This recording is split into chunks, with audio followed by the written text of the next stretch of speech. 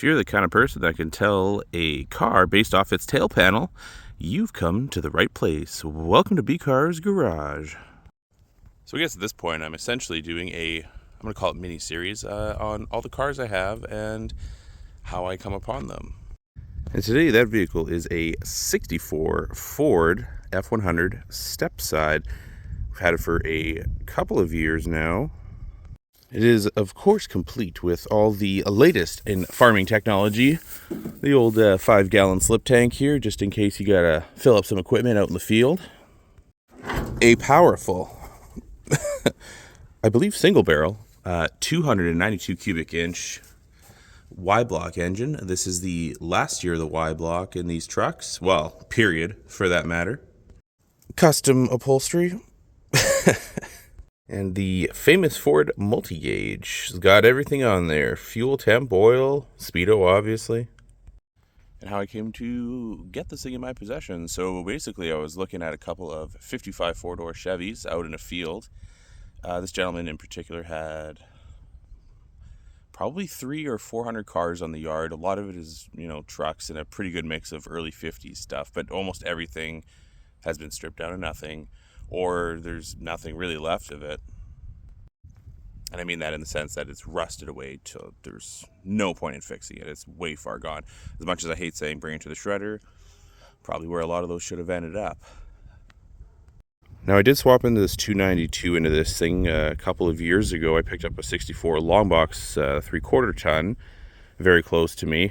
Of all things, it was kind of funny. I was going to buy a lawnmower and I seen the roof line of that right there in the back, and I thought, gee, you got an old Ford truck there. He's like, how'd you know? I'm like, I got one, but it has a straight 6 and the engine's seized. Thinking to myself, well, great, what engine? Maybe it has straight 6. He says, no, 292. I'm like, oh, perfect, even better. I got a V8 then. End up buying the truck, put it in here. It does run. I don't know if a starter's sticky or something, but and I need to hook up the Z-bar still on it with the clutch that's in there. Haven't gotten to that yet anyway, but without further ado, so I'm looking for these 55 Chevys and I come up on this thing, and it's the only short box in the field. It's a step side. Some people hate them. I love step sides. And I thought, that's a nice truck. That's a nice truck.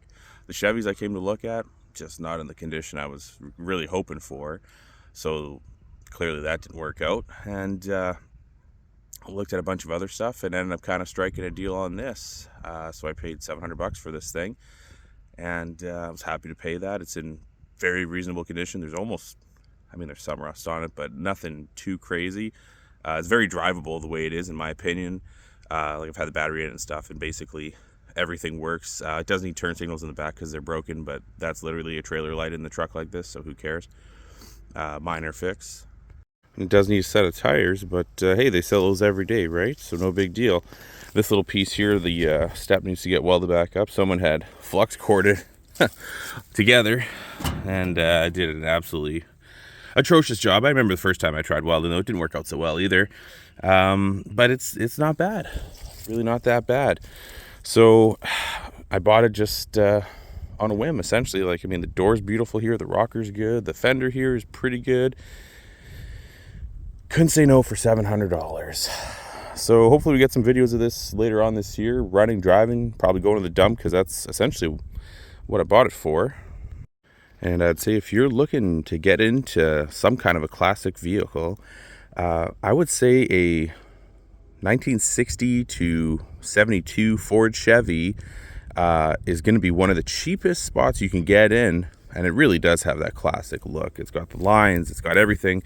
Not as much the Fords as the Chevys, but they make almost everything for these trucks now. It's not hard finding parts at all. And they're super reasonable. I paid $700 for this. And honestly, once it's running, I don't think it's worth more than maybe $3,500. You could put more money into it and make it worth more, but I don't know if you're ever going to see that return out of it. But I guess flip side, it's really cheap. You can't get into it for much less than that. And I see these trucks all the time in very good condition for, $4,000, $5,000, $8,000 gets you a super solid driver. And what kind of plans do I have for the old girl here? Well, basically, it's got the old farm style tires on it still. You know, they haven't made those for, oh, I don't know, probably 40 years, maybe more. Got to replace all 4 of those. That boat tank is going to be my fuel filler. Haven't quite come up with how I want to go about it yet. There's lots of options, but that is how I'm going to fill this thing when I hit the gas station. Fix that little touch back up, obviously, so it is a stepping stool again and not a flip-flap thingamajig.